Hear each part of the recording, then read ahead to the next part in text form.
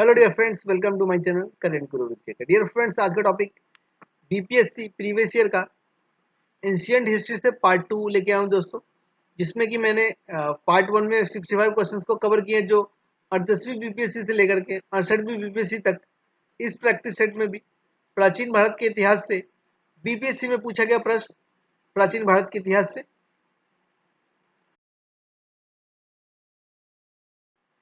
दोस्तों 65 क्वेश्चन तक मैंने पार्ट 1 में कवर किए हैं। उसके आगे इस वीडियो में 66वां प्रश्न, नालंदा विश्वविद्यालय किस लिए प्रसिद्ध था? Right answer is option C, बौद्ध धर्म दर्शन के लिए।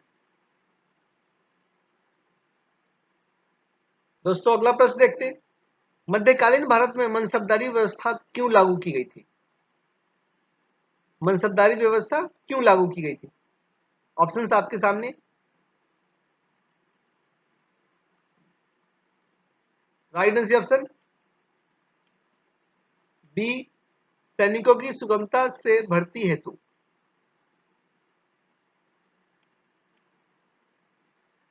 व्याख्या आपके साथ में, प्रश्न के साथ में व्याख्या भी है दोस्तों।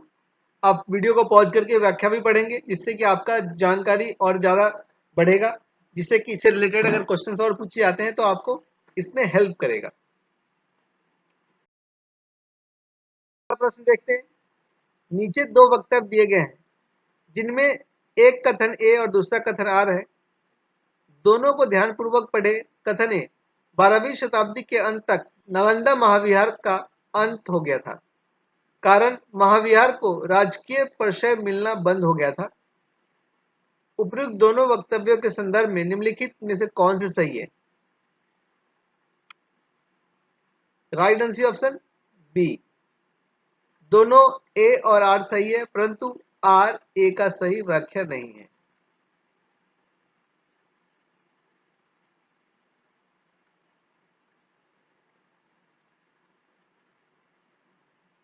व्याख्या देखते हैं। व्याख्या देखिए इसके,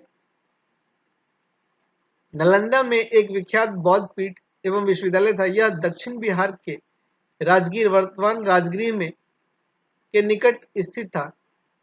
5वीं सदी के मध्य गुप्तों के समय में नालंदा स्थित विश्वविद्यालय अस्तित्व में आया। 12वीं सदी के अंत तक मुस्लिम आक्रमण के फलस्वरूप महाविहार का पतन हो गया।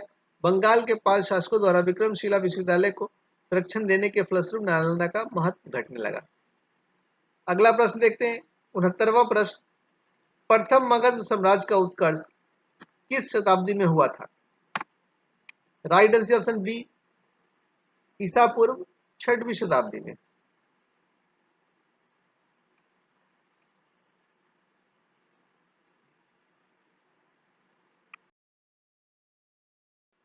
सत्तरवां प्रश्न, मगध की राजधानी कौन सी थी?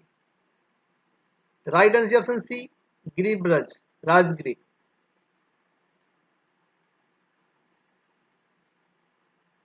पाटलिपुत्र भी थी दोस्तों राजधानी, तो ए और सी दोनों सही।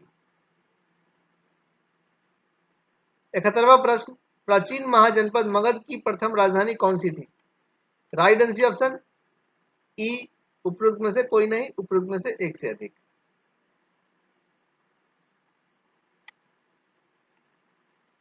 व्याख्या आपके प्रश्न के साथ में राइट साइड में है। आप व्याख्या भी पढ़ेंगे और अपने जानकारी को बढ़ाएंगे।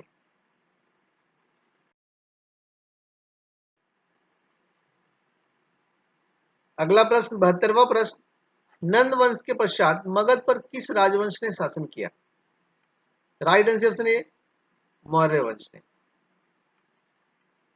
अगला प्रश्न देखते हैं, जिसके ग्रंथ में चंद्रगुप्त मौर्य का विशिष्ट रूप से वर्णन हुआ है वह है कौन सा ग्रंथ है? Right answer option C, Vishakhadatta, जो कि मुद्रा राक्षस द्वारा लिखा गया है। 46वीं बीपीएससी प्री में पूछा गया प्रश्न।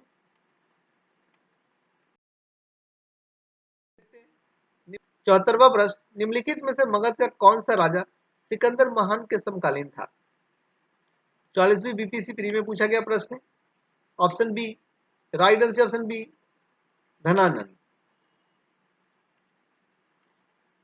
अगला प्रश्न देखते हैं, पाटलिपुत्र में स्थित चंद्रगुप्त का महल मुख्यतः बना था। 41वीं बीपीएससी प्री में पूछा गया प्रश्न है। राइट आंसर ऑप्शन सी, लकड़ी का।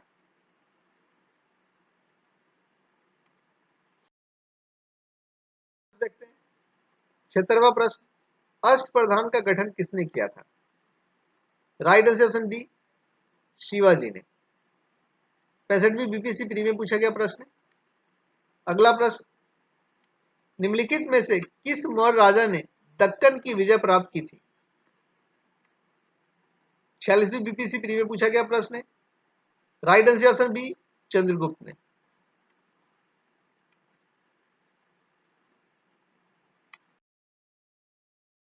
अगला प्रश्न देखते हैं 78वां प्रश्न, अभिलेख जिससे यह प्रमाणित होता है कि चंद्रगुप्त का प्रभाव पश्चिम भारत पर था।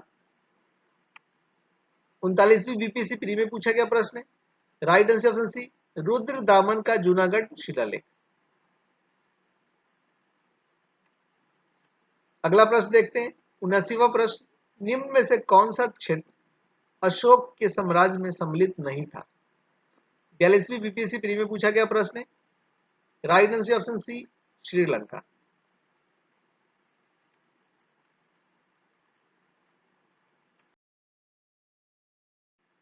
अगला प्रश्न, अशोक के शासनकाल में बौद्ध सभा किस नगर में आयोजित की गई थी? 40वीं बीपीएससी प्री में पूछा गया प्रश्न है। Right answer option B, Pataliputra. अगला प्रश्न 81वां प्रश्न, अशोक के शिलालेखों में प्रयुक्त भाषा थी। 40वीं बीपीएससी प्री में पूछा गया प्रश्न है। राइट आंसर ऑप्शन बी, प्राकृत भाषा।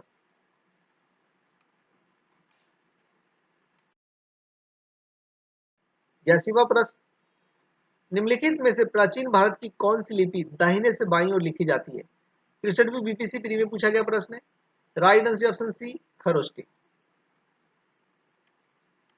अगला प्रश्न 83वां प्रश्न, अशोक के धम्म का मूल संदेश क्या है?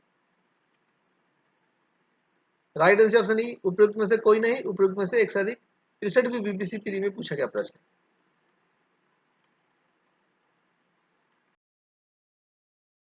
84वां प्रश्न, केवल वह स्तंभ जिसमें अशोक ने स्वयं को मगध का सम्राट बताया है वह कौन सा है? 39वीं बीपीएससी प्री में पूछा गया प्रश्न है। Right answer option D, Bhabru स्तंभ।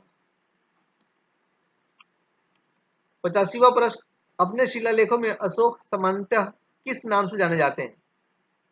Right answer option B, Priyadarshi. 65वीं बीपीएससी प्री में पूछा गया प्रश्न है। आप व्याख्या जरूर साथ में पढ़ेंगे क्योंकि व्याख्या से आपको और अधिक जानकारी मिलेगी जो कि आपको इससे रिलेटेड प्रश्न को सॉल्व करने में मदद करेगा।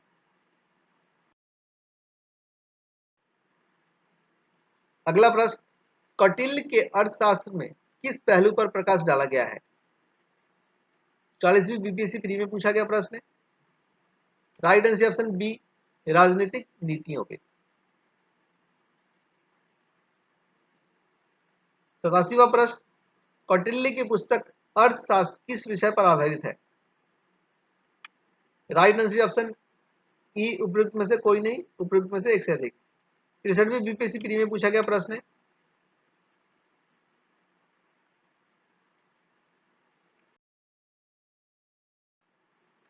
अगला प्रश्न, मेगास्थनीज ने भारतीय समाज को कितनी श्रेणियों में विभाजित किया था? 46वीं बीपीएससी प्री में पूछा गया प्रश्न है। राइट आंसर ऑप्शन डी, 7 श्रेणियों में। अगला प्रश्न, मौर्य समाज का 7 वर्गों में विभाजन का विशेष रूप से उल्लेख किया गया है। 63वीं बीपीएससी प्री में पूछा गया प्रश्न है। Right answer option D, Megasthenes की पुस्तक इंडिका में।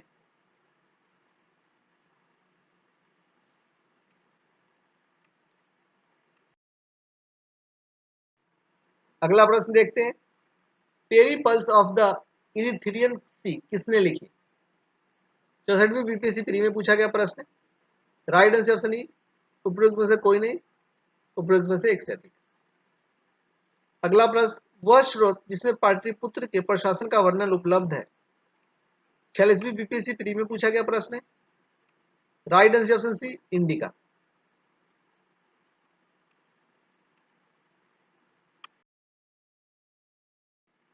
अगला प्रश्न, पाटलिपुत्र को किस शासक ने सर्वप्रथम अपनी राजधानी बनाई? 42वीं बीपीसी प्री में पूछा गया प्रश्न। राइट आंसर ऑप्शन ए चंद्रगुप्त मौर्य। अगला प्रश्न, इनमें से किसने सर्वप्रथम व्यापक पैमाने पर स्वर्ण मुद्रा का प्रचलन किया? 64वीं बीपीएससी प्री में पूछा गया प्रश्न। Right answer is option C Vima Kadphises.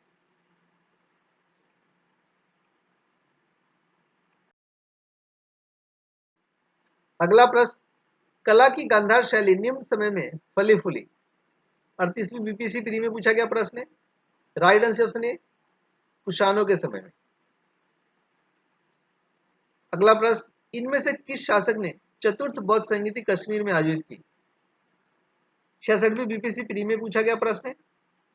Right answer option C Kanishka. Kanishka के शासनकाल में चौथी बौद्ध संगीति कश्मीर में आयोजित की गई। अगला प्रश्न, शुंग वंश के बाद किस वंश ने भारत पर राज किया? 44वीं बीपीएससी प्री में पूछा गया प्रश्न। Right answer option C Kanva वंश ने। अगला प्रश्न, राजा खारवेल का नाम जुड़ा है? 43वीं बीपीएससी प्री में पूछा गया प्रश्न। राइट आंसर ऑप्शन सी हाथी गुम्फा लेख के साथ, कलिंग राजा खारवेल का।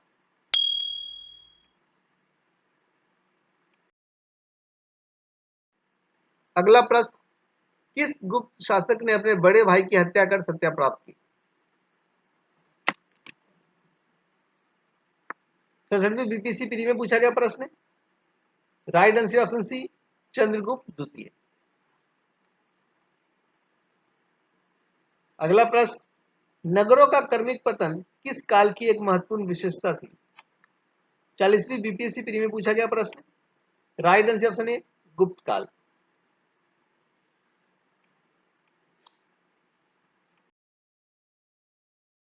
सौवा प्रश्न, निम्नलिखित में से कौन सा बंदरगाह गुप्त काल में उत्तर भारतीय व्यापार के लिए उपयोग किया जाता था? 65वीं बीपीएससी प्री में पूछा गया प्रश्न। राइट आंसर ऑप्शन ई उपयुक्त में से एक से अधिक, उपयुक्त में से कोई नहीं। अगला प्रश्न,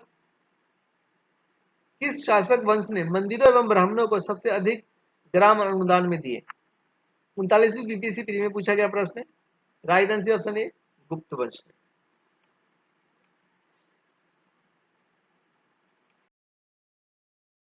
प्रश्न, गुप्त युग में भूमि राजस्व की दर क्या थी?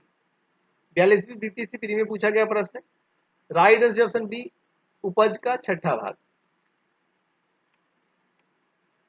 अगला प्रश्न, भागवत संप्रदाय के विकास में किसकी देन अत्यधिक थी? राइट आंसर ऑप्शन डी गुप्त संप्रदाय की। 39वीं बीपीएससी प्री में पूछा गया प्रश्न है।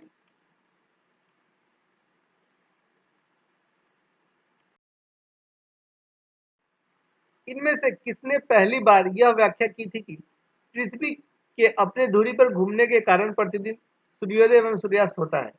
64वीं बीपीएससी प्री में पूछा गया प्रश्न है। राइट आंसर ऑप्शन है आर्यभट्ट। अगला प्रश्न, इनमें से कौन गुप्त काल में औषधि के क्षेत्र में अपने कार्य के लिए जाने जाते थे? 63वीं बीपीएससी प्री का प्रश्न है। Option A right answer option E उपयुक्त में से कोई नहीं, उपयुक्त में से एक से अधिक।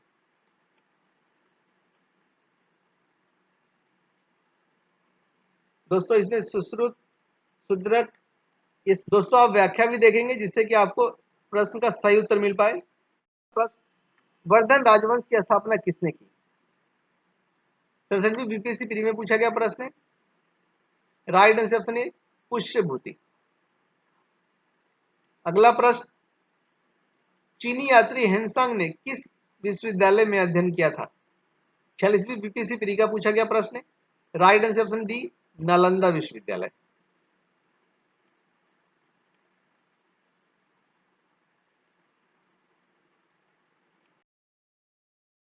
देखते हैं, हेनसांग की भारत में यात्रा के समय सूती कपड़ों के उत्पादन के लिए सबसे प्रसिद्ध नगर था? 41वीं बीपीएससी प्री में पूछा गया प्रश्न। Right answer option B Mathura. कवि वान निवासी था? 41वीं बीपीएससी प्री में पूछा गया प्रश्न है। राइट आंसर ऑप्शन ए पाटलिपुत्र का। वानभट्ट हर्षवर्धन के दरबारी कवि थे। अगला प्रश्न, चीनी यात्री इत सिंह ने बिहार का भ्रमण किया था लगभग। 40वीं बीपीएससी प्री का प्रश्न है, उपयुक्त में से कोई नहीं। Right answer option D. 111वां प्रश्न, प्रसिद्ध चीनी यात्री फाहियान ने किसके शासनकाल में भारत की यात्रा की। 63वीं बीपीएससी प्री में पूछा गया प्रश्न है। Right answer option B Chandragupta द्वितीय।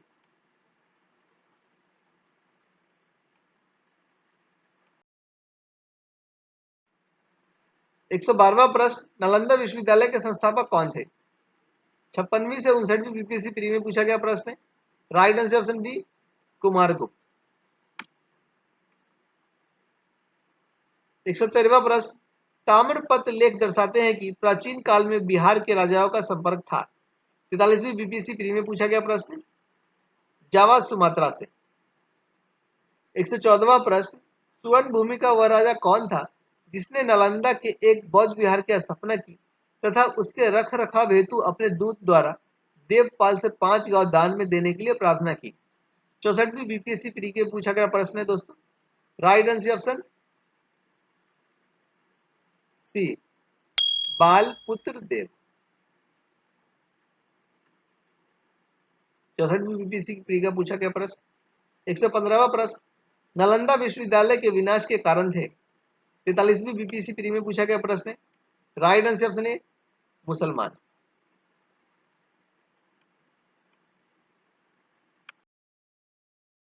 116वां प्रश्न, खजुराहो मंदिर स्थापत्य के निर्माण में सहयोगी थे। 43वीं बीपीएससी प्री में पूछा गया प्रश्न है। Right answer option A Chandel.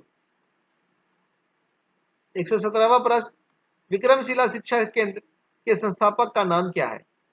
43वीं BPSC pre में पूछा गया प्रश्न है। Right answer option B Dharmpal.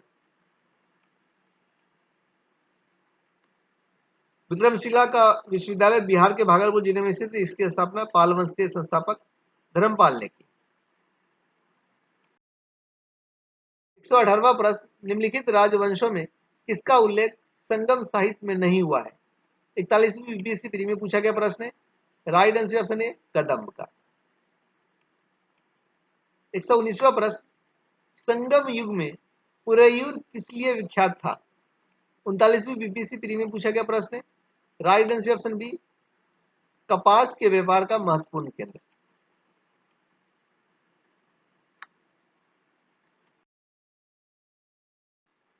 अगला प्रश्न, मुद्रा राक्षस का लेखक निम्नलिखित में से कौन है। 47वीं बीपीएससी प्री में पूछा गया प्रश्न। Right answer option B Vishakhadatta. 121वां प्रश्न, पृथ्वीराज रासो के लेखक कौन है। 43वीं बीपीएससी प्री में पूछा गया प्रश्न। राइट आंसर ऑप्शन डी चंद्र बरदाई। दोस्तों आपके राइट साइड में व्याख्या है, व्याख्या जरूर पढ़ेंगे। व्याख्या आपके लिए हेल्पफुल होगा और इससे आपको इससे रिलेटेड भिन्न क्वेश्चन को सॉल्व करने में मदद करेगा। 122वां प्रश्न, स्वप्न वासवदत्ता के लेखक कौन है। 43वीं बीपीएससी प्री में पूछा गया प्रश्न है। राइट आंसर ऑप्शन बी भास। 123वां प्रश्न, कुमार संभवम महाकाव्य किस कवि ने लिखा है। 123वां प्रश्न, कुमार संभवम महाकाव्य किस कवि ने लिखा है। 44वीं बीपीएससी प्री में पूछा गया प्रश्न है। Right answer option D Kalidas. Meghadutam, Abhijnana Shakuntalam, Kumara Sambhavam, ये सब कालिदास की रचना है जो कि एग्जाम्स के लिए आपके इंपॉर्टेंट भी है। 124वां प्रश्न, किरातार्जुनीय पुस्तक किसने लिखा था। 67वीं बीपीएससी प्री में पूछा गया प्रश्न है। Kiratarjuniya, right answer option D Bharavi ने लिखा है। 125वां प्रश्न, उस स्रोत का नाम बतलाएं जो प्राचीन भारत के व्यापारिक मार्गों पर मौन है। 39वीं बीपीएससी प्री में पूछा गया प्रश्न है। Right answer is option B Milinda पन्हो।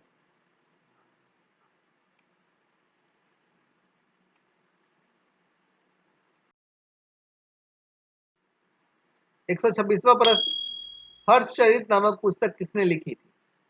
47वीं BPSC pre में पूछा गया प्रश्न है। राइट आंसर ऑप्शन बी, बाण भट्ट। 127वां प्रश्न, चोल वंश का संस्थापक कौन था? 67वीं बीपीएससी प्री में पूछा गया प्रश्न है। Right answer option A, Vijayalaya. 128वां प्रश्न, चोल काल किसके लिए प्रसिद्ध था? 63वीं बीपीएससी प्री में पूछा गया प्रश्न है।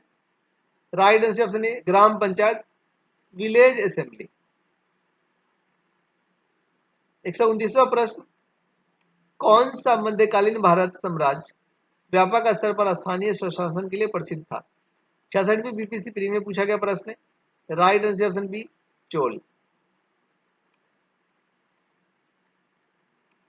130वां प्रश्न, दक्षिण भारत के मंदिरों के आकर्षक द्वारा क्या कहलाते हैं? 63वीं बीपीएससी प्री में पूछा गया प्रश्न है। Right answer option B, gopuram.